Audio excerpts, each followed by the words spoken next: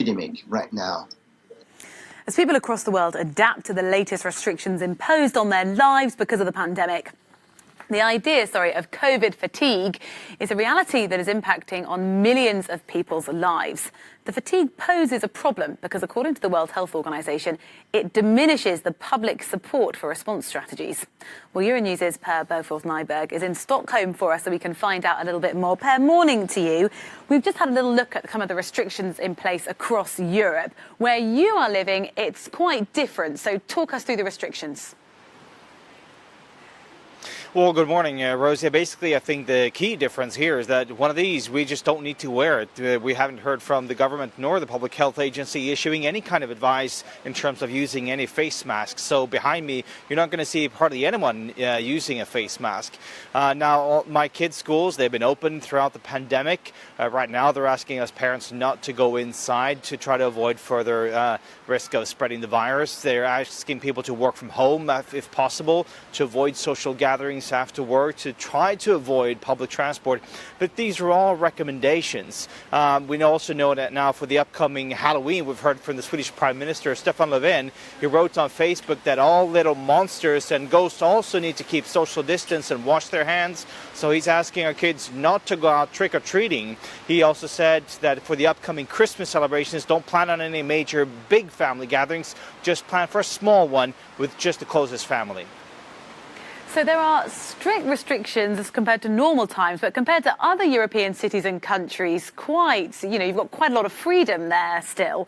What's the public's view of how the government have handled the crisis? Are they largely in support?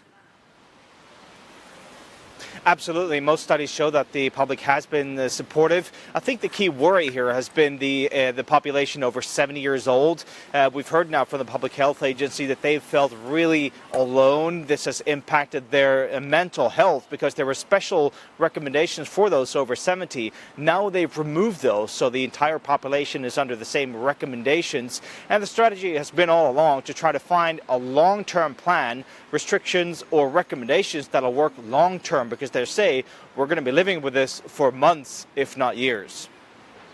Per, thank you very much speaking to us there from Stockholm. Well, let's find out a little bit more about COVID fatigue. Joining us now is Dr. Anna Maria Poduscek, who is live with us, sociologist and senior lecturer of European Studies at the University of Lund, speaking to us also from Sweden. You're living under the same restrictions then that Per, our reporter, is. What is it about the population that means they are less inclined now to feel exhausted by the restrictions that have been put in place? There are several aspects to take into account. One is the long-term planning. Practically, these restrictions have become almost the new normal in most circles, with some exceptions. Perhaps young students at the university where I am right now may occasionally deviate. But as a general rule, people have become accustomed with these rules and tend to follow them. Also because they trust the government and have high confidence that the measures taken by the public health authority are grounded in science and expertise, and so are rightful to follow. Is it that the Swiss are just a more compliant population? There is a culture of conformity in the country generally because of the high trust towards the government, but also towards each other. Swedes tend to be a conformistic culture, and so sticking out, especially in a negative way, is something that you don't want to be caught doing, I would say. So people tend to stick to the rules, even though there are no direct and immediate punishments in forms of fines, as in other countries around Europe. It's just interesting that it took such a different approach compared to other European cities. Do you think that there was any reticence at the beginning, that the population thought maybe we should be having stricter measures in place, or were they relieved that they weren't living under such strict rules? There was always a group of people, both regular citizens and also scientists, who were slightly concerned about the unusual take by the public health authority in Sweden. And such articles, critical articles, have appeared in the media. These voices appeared also in the form of small protests. But as a whole, I would say, there was overall an embracing of the governmental strategy, and there was even a political consensus. Opposition and government stayed together in promoting respect to the official guidelines.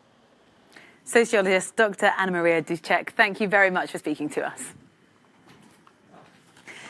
A United Nations treaty banning nuclear weapons is due to come into force after receiving the minimum number of signatories to the pact.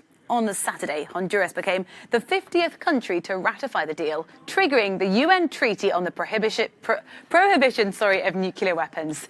It will come into effect in 90 days in January 2021. UN Secretary-General Antonio Guterres hailed the instrumental work of civil society in facilitating negotiations. But major world powers, including the United States, Britain, France, China and Russia, have not signed on, saying they need to maintain their nuclear arsenals as a deterrent.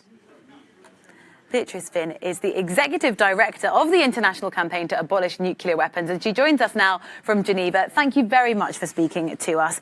So, this has really been hailed as a bit of a landmark and a success for you individually as well. But without the US and Russia, is this just purely symbolic? No, not at all. This treaty will stand next to the other prohibitions of weapons of mass destruction, such as the ban on chemical weapons and ban on biological weapons. It also follows the treaties on banning landmines and cluster munitions. And each of these treaties have shown that even the countries outside the treaty change behavior after a while. Now, international law is not fast, but over time we see a huge shift in behavior. So this is really the starting point for a new era for nuclear disarmament. What happens now? Because it's not just about preventing countries making new weapons, but also getting rid of the ones they currently have. How do you go about persuading those existing nuclear powers that they need to give up their stockpile? Well, for 75 years, it's been legal and legitimate to threaten to mass murder civilians with weapons of mass destruction. And that's really outrageous. But what we really need to do now is shift the perspective on this weapon. And this treaty will have an impact on banks investing in nuclear weapons arsenals. That will stop. It will have an impact on public opinion. And it will have an impact on the sort of political conversation in these countries. So in a few years, we can see this really taking an effect and push governments into nuclear disarmament. But what about with countries like North Korea, potentially Iran? They're not involved in this treaty. To what extent is there an argument from other countries like Britain, France, America to say we need to have nuclear weapons to act as a deterrent? Well, the nuclear weapons means that you're prepared to threaten to mass murder civilians with weapons of mass destruction. And, each nuclear weapon is a huge risk to its own population and to other countries. And really, with the increased tension in the world, the risk of nuclear weapons use is actually higher than it's been since the height of the Cold War. This is a really dangerous situation, and organizations like the ICRC, the United Nations, say we have no preparedness to respond. So really, this is an urgent humanitarian imperative to get rid of these weapons because they will be used eventually. And we've seen now with this pandemic, what chaos it's caused. And imagine nuclear detonations. We would not be able to cope with our international system. So really, it's not about which country has it. As the Secretary General of the UN has said, there are no right hands for the wrong weapons. And this treaty is a starting point for getting rid of them. Beatrice Finn, thank you very much. Executive Director of the International Campaign to Abolish Nuclear Weapons, speaking to us there from Geneva. You're with Good Morning Europe. Don't go anywhere. There's lots more to come on Euronews after this short break. Get the latest news minute by minute on the coronavirus pandemic on euronews.com and on our mobile apps.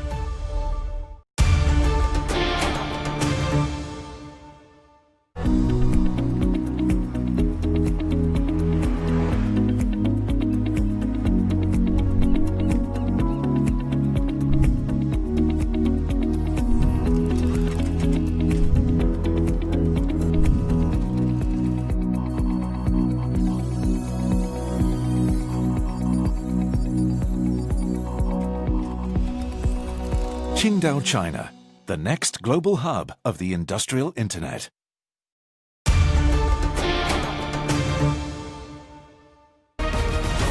Your top stories coming up shortly on Good Morning Europe.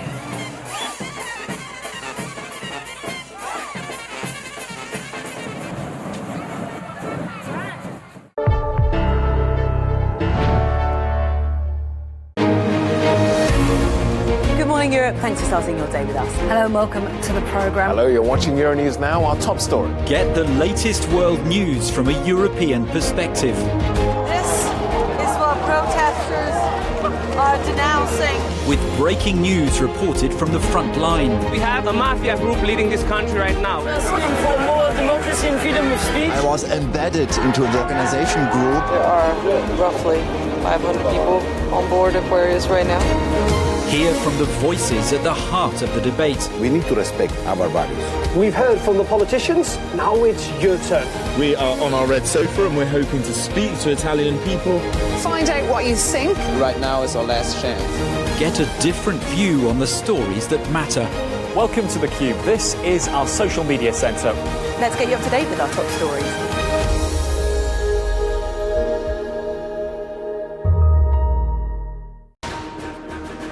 Welcome back to Good Morning Europe. Nigeria's chief of police has ordered the immediate mobilisation of all police resources to put an end of days of street violence. He said criminals has hijacked anti-police brutality protests and taken over public spaces. There has been in recent days widespread looting of shops and warehouses in the capital, and it's been 3 weeks since protests calling for an end to police brutality began. Well, joining me now is Jerry Bambi from our sister service, Africa News. Thank you very much, Jerry.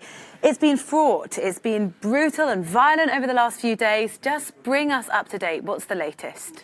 Thank you, Rosie. Well, calm has now returned to major cities across the country. It comes after the speech from President Muhammadu Buhari, which some have described as disappointing and also threatening protesters in the country. So calm has returned to major streets. But as you said, violence and looting is taking place.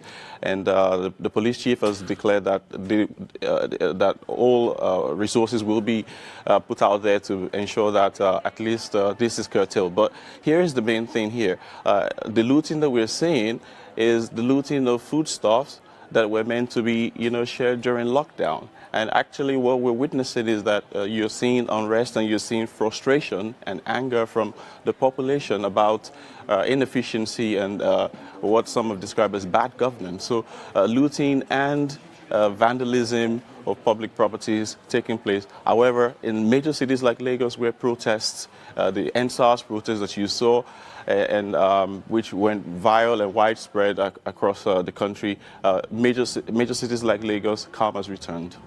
Jerry, thank you very much from our African News sister service. In Chile, jubilant pro-reform supporters celebrated in the streets of the capital, Santiago, after exit polls suggested that close to 80% of people had voted to approve a rewrite of the constitution. Voters also chose who should be drafting the new charter. It will be written by a popularly elected body, meaning no active lawmakers can be involved in the process. The country's new constitution will replace guiding principles imposed for 4 decades ago under the military dictatorship of General Augusto Pinochet. Still to come here. It's been a successful weekend on the continent for British sportsmen. A record broken in Portugal and a shock cycling victory in Milan. Join us for our sports roundup after the break. Get the latest news minute by minute on the coronavirus pandemic on euronews.com and on our mobile apps.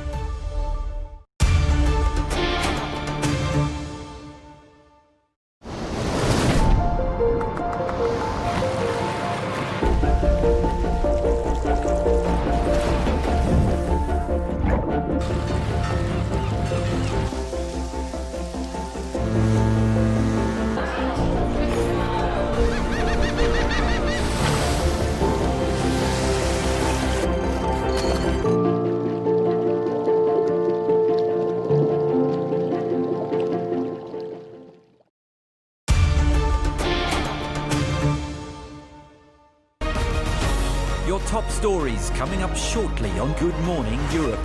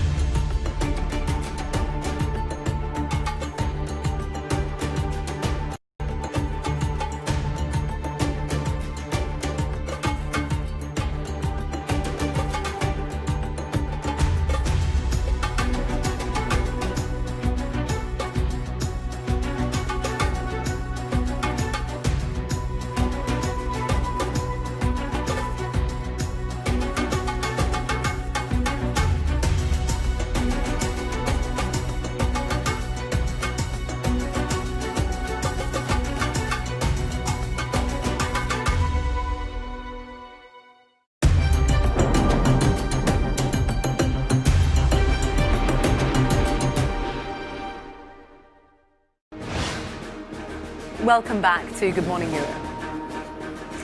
A historic achievement by Lewis Hamilton, who has now won more Formula One races than any other driver. Victory at the Portuguese Grand Prix at the weekend was his 92nd career win, one more than the great Michael Schumacher, whose record had stood for 14 years. Our sports reporter Angela Barnes has this update for us from Hampshire. 92 race wins, incredible weekend for Lewis Hamilton, one more than Michael Schumacher's record, but he has a 77-point lead in this title race, which means he's on the brink of equalising another great record of Michael Schumacher's of having 7 Formula One world titles to his name. But in terms of race wins, Lewis Hamilton stands alone, but his his Portuguese Grand Prix win at the weekend didn't get off to the best start. In the opening lap, we saw Perez spin out of control after making contact with Verstappen, and then Sainz, who was 7th, overtook Bottas, Lewis Hamilton's teammate, and Lewis Hamilton to take the lead. But then the Mercedes tyres warmed up, Hamilton and Bottas steamed ahead. Hamilton won with a 25.5-second margin to win with a standing ovation as well from the socially distanced crowd. His father was there to give him a big hug at the end of it. And now this weekend, he'll get a chance to move a step closer to get that 7th Formula One world title when Formula One moves to Imola in Italy for the first time in 14 years. Also in the cycling, Angela, the Giro d'Italia came to an end at the weekend in Milan, and there was a surprise winner. Tell us more. That's right. The name Teo Gegenhardt was not one that many people had heard of until he won in Milan on Sunday, this Giro, becoming the second British man to win this tour after Chris Froome won it in 2018. Well, the 25-year-old Londoner won with a 39-second margin over Team Sunweb's Jay Hindley. He also now joins, as well as Chris Froome, Sir Bradley Wiggins. He also joins as well Simon Yates and Geraint Thomas to become the 5th British man to win this tour ever. A grand tour, which is very exciting for him. He said that it was, bizarre for him to take the title. He'd never have imagined it in his wildest dreams. Certainly a race that he won't forget. Thanks for joining us here on Good Morning Europe. Do stick with Euronews to make sure you're up to date.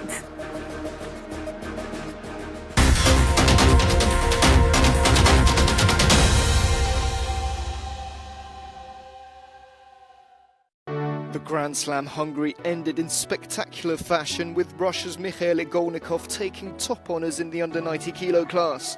The 2018 European champion outclassed Nicolas Sherazadishvili in the semis and carried his momentum into the showpiece match, defeating Mongolia's Altan Bagana Gauntuga with a perfectly executed Uchimata after only 20 seconds. Everyone judoka very strong man. Chirikishvili World Championship, third silver medal championship, and next all judokas very good strong. Audrey Chimo produced a stunning display to take gold in the women's under 78 kilo category. The world and Olympic medalist looked in great shape and showed tremendous composure in her final bout against compatriot Fania Stelposvit. Having previously lost to the 28-year-old, Chimo made sure history wouldn't repeat itself, as she eventually re-established her dominance thanks to a Wazari.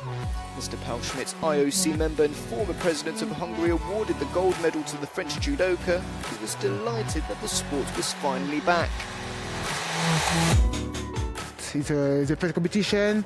It's been a long time. People want to fight. It's no competition, but for me, it's a gift. I go with the pleasure. I'm here. I'm young. Let's go, Chum. Let's go. Play. In the over 100 kilo class, 2 Russian heavyweights battled it out as Tamerlan Bashayev took on Ashiwa's expert Inal Tasoyev, who showed his class throughout the bout, also a well-deserved gold medal. But many had anticipated an all-Brazilian final in the women's over 78 kilo category. Sousa and Altamand were both knocked out in the semis, leaving the main stage to Turkey's Kyra Sait and Tunisian Nail Sheikh Ruhu. It was a tense affair, eventually sealed by a false attack, which handed the win to Sayet, who was congratulated on the podium by Dr. Christian Kulcha, the president of the Olympic Committee of Hungary. In the under 100 kilo class, the Russian judokas stole the show yet again as world silver medalist Ilyasov took on fellow countryman Armen Adamian in the final. Another fantastic piece of Niwatsa saw Ilyasov turn Adamian onto his back and hold him down for 20 seconds to win the contest, as Mr. Marius Visa, the president of the International Judo Federation, awarded him the gold medal. Our moment of the day came as current world champion Fonseca caught Alexander Idir with a beautiful standing solid Sori Komigoshi.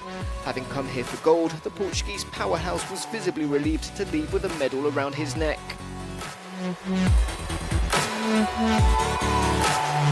As hundreds of judokas gathered in Budapest, judo fans from all over the world could celebrate the return of the sport with a spectacular tournament which lived up to its billing. Judo is back, and after such a long wait, its main protagonists will be eager to gather momentum and battle it out at the next World Judo Tour events.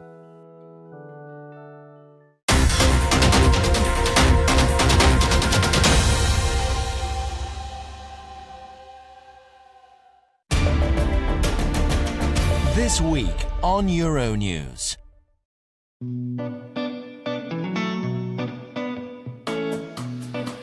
Thanks to its diverse and abundant lands, Spain is the world's agricultural power. On the Mediterranean coast, I explore a garden with 400 varieties of citrus fruits and the persimmon harvest. I'll discover the universe of Spain's fruit and vegetables in Here We Grow on Euronews and euronews.com.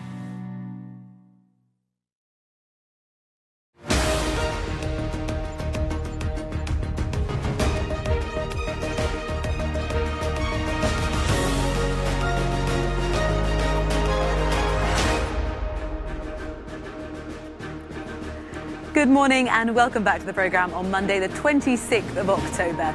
You're with me, Rosie Wright. Let's get you up to date.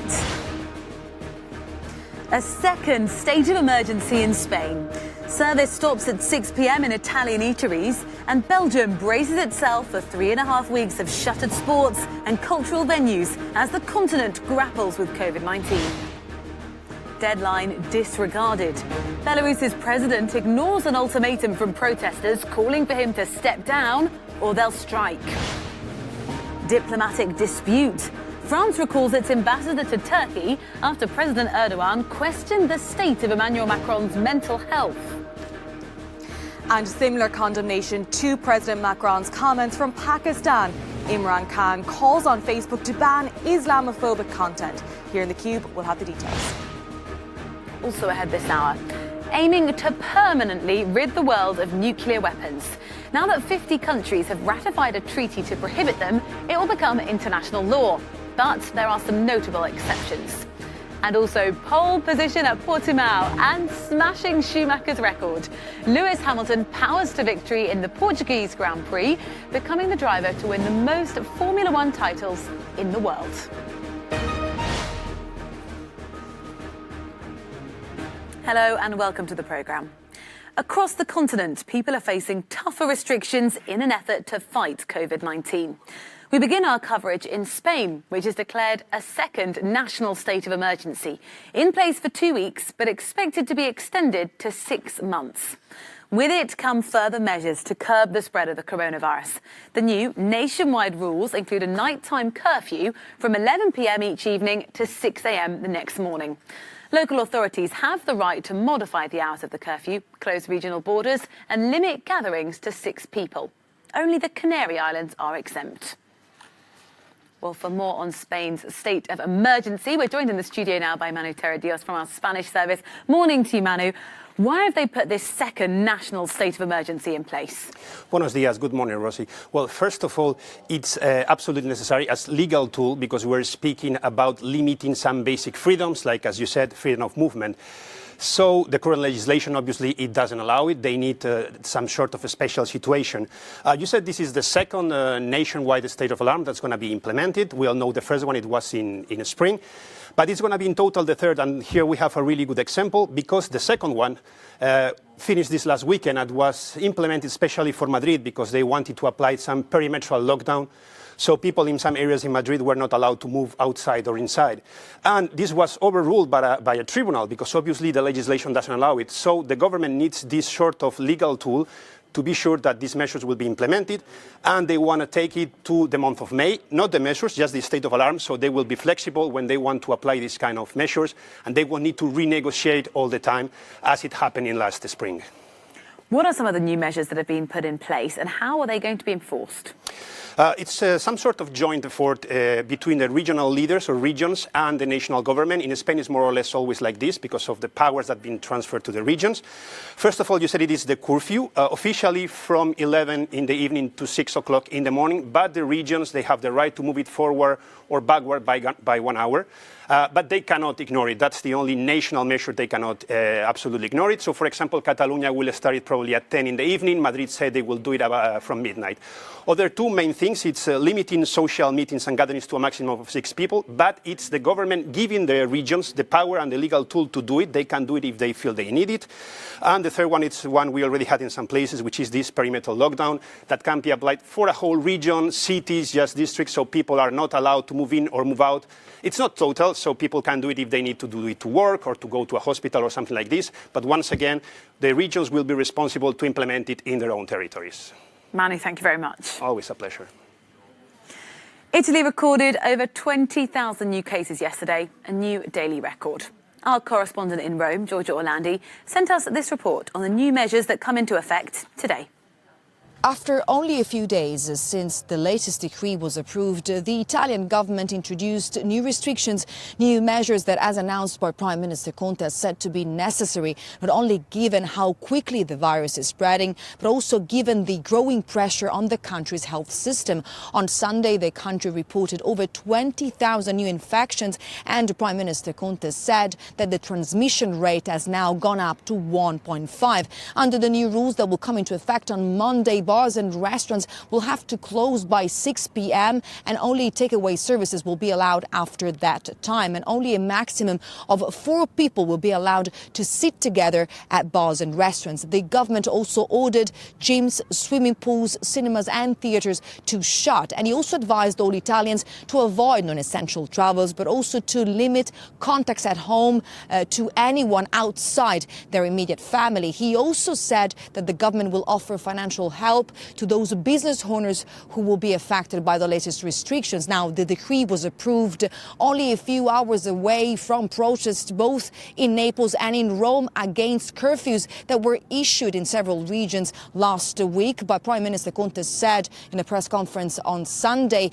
that the idea really is not to impose a nationwide lockdown, but rather the purpose of the latest restrictions is to flatten the curve as Italians approach the Christmas season. Giorgio Orlandi, Euronews in Rome. Tighter coronavirus measures come into effect in Belgium today after a spike in the number of reported coronavirus cases. The country now has the second highest infection rate in the whole of Europe after the Czech Republic. Well, let's go to Brussels to find out more with our correspondent Shona Murray. Shona, morning to you. So life changes quite drastically for you and other residents as of today. Talk us through what these new restrictions are. Why now? And do the authorities think there'll be enough to stop what has been a very dramatic increase in the number of new cases? Well, that's the key question. That's certainly the objective here, Rosie. To quote the health minister a week ago, we know Belgium has been facing a tsunami of cases. And we heard at the weekend from Stephen van Gugte, a virologist, that Belgium could see 20,000 cases per day by the end of the week. Already it's on around 930 per 100,000 over 14 days. Now, Brussels is the epicentre of the caseload in Belgium. And as a result, we heard the weekend, Brussels has received its third round of restrictions in as many weeks. From today onwards, weddings, for example, will be minimised to just the couple and their witnesses. All social amenities are finished, including gyms, galleries, cinemas, bars, etc. have been closed for some time. Working from home is mandatory unless it's compulsory that you have to go into your sort of frontline supermarket or hospital. And really the hope is that if you have fewer people using the metro system and the public transport system, you have fewer people moving around, and then you'll have a drop in the caseload. The main primary objective is to ensure that the hospitals don't become overwhelmed like they did back in March. And that is the real hope, but really it is on a knife edge at the moment in relation to that. One thing you didn't mention, Shona, is schools, because they're still open. And I know the government have stressed the importance of education and maintaining that. Despite that, though, it seems that lots of parents are choosing to pull their children out of the classroom. Yeah, that's right, Rosie. I mean, alongside, I think, most governments across Europe, the priority is to keep children's schools where possible, so to give them that one sense of normality, but also to allow parents work from home or go to work if they really have to do that. But alongside the rise in cases across Belgium, there is a rise in cases in schools, particularly in the French-speaking part of Belgium, where some schools have closed, and also some teachers and substitute teachers have become sick, so it's prevented children from being able to be taught. As a result, some parents have decided to try homeschooling, as our correspondent Maeve McMahon reports. For many parents, 2020 was the first year they dabbled in homeschooling. Like this Brussels-based mum of 3. Miali took up homeschooling part-time after the lockdown. From arts and crafts in the woods to guitar sing-along sessions, it's the perfect way to connect with her children and nature. It's allowed us as a family to spend more time and have a more relaxed life.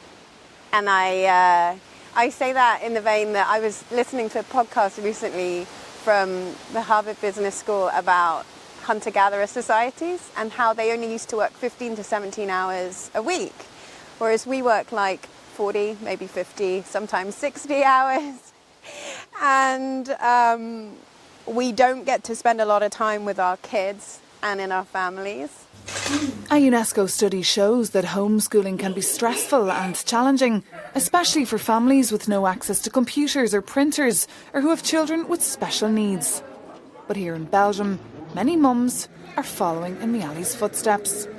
According to the Flemish Ministry for Education, this year has seen a 33% spike in homeschooling in Flanders. Speaking to Euronews via email, Ben Vates said, Homeschooling is a right guaranteed by the Constitution, but we firmly believe that it's in the best interest for children to go to school. The best education can be found in a classroom with a professional and enthusiastic teacher.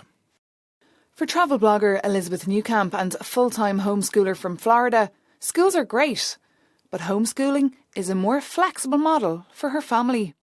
Most homeschoolers do not think that school is not great. They just think that there are other ways. I certainly think that it provides so much flexibility and value of your child's time that is something that we have almost become like addicted to. The ability to let a child read a book all afternoon is wonderful because childhood is so short. Like at some point they are going to be forced to, use their time productively in the workforce.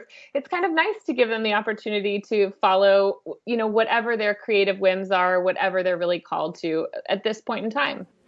The real test for homeschooling will be when lockdowns are a thing of the past and families can freely decide what system suits them best. For Euronews, I'm Maeve McMahon in Brussels. Still to come here. Calling into question a fellow president's mental health is not what you'd call diplomatic in the traditional sense of the term. It sparked further tensions between two NATO allies. Find out what's going on between France and Turkey after the break. Get the latest news minute by minute on the coronavirus pandemic on euronews.com and on our mobile apps. This Monday on Euronews. Find common topics on which we can build bridges. 24 flagship projects boosting regions across Europe.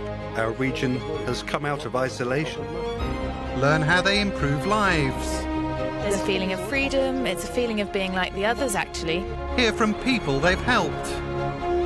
Make early education more cheerful and playful. That's in Smart Regions on Euronews and euronews.com. Your top stories coming up shortly on Good Morning Europe. Welcome back to Good Morning Europe. Belarus opposition leaders are calling for a general strike after more than 2 months of protests demanding the resignation of President Lukashenko. They issued the ultimatum earlier this month. In the hours leading up to the deadline of midnight on Sunday, tens of thousands of people swarmed the streets of the capital for one of the largest anti-government rallies since protests began in August. Hermione G tells us more. More than 100,000 protesters flooded the streets of Minsk. It was the final day of an ultimatum set by the opposition for President Alexander Lukashenko to resign. A convoy of buses carried security personnel and metal cordons to the city centre, where law enforcement officers threw stun grenades to dispel the crowds. Exiled opposition leader Svetlana Tikhanovskaya set the deadline for President Lukashenko earlier this month. She also called for an end to the violence and for the release of political prisoners, warning that the alternative would be a crippling general strike. Tikhanovskaya has been rallying support since early August, when Lukashenko won a sixth term in a disputed presidential election. Thousands of demonstrators were reportedly detained during Sunday's protests.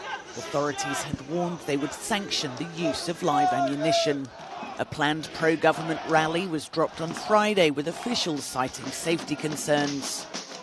Alexander Lukashenko is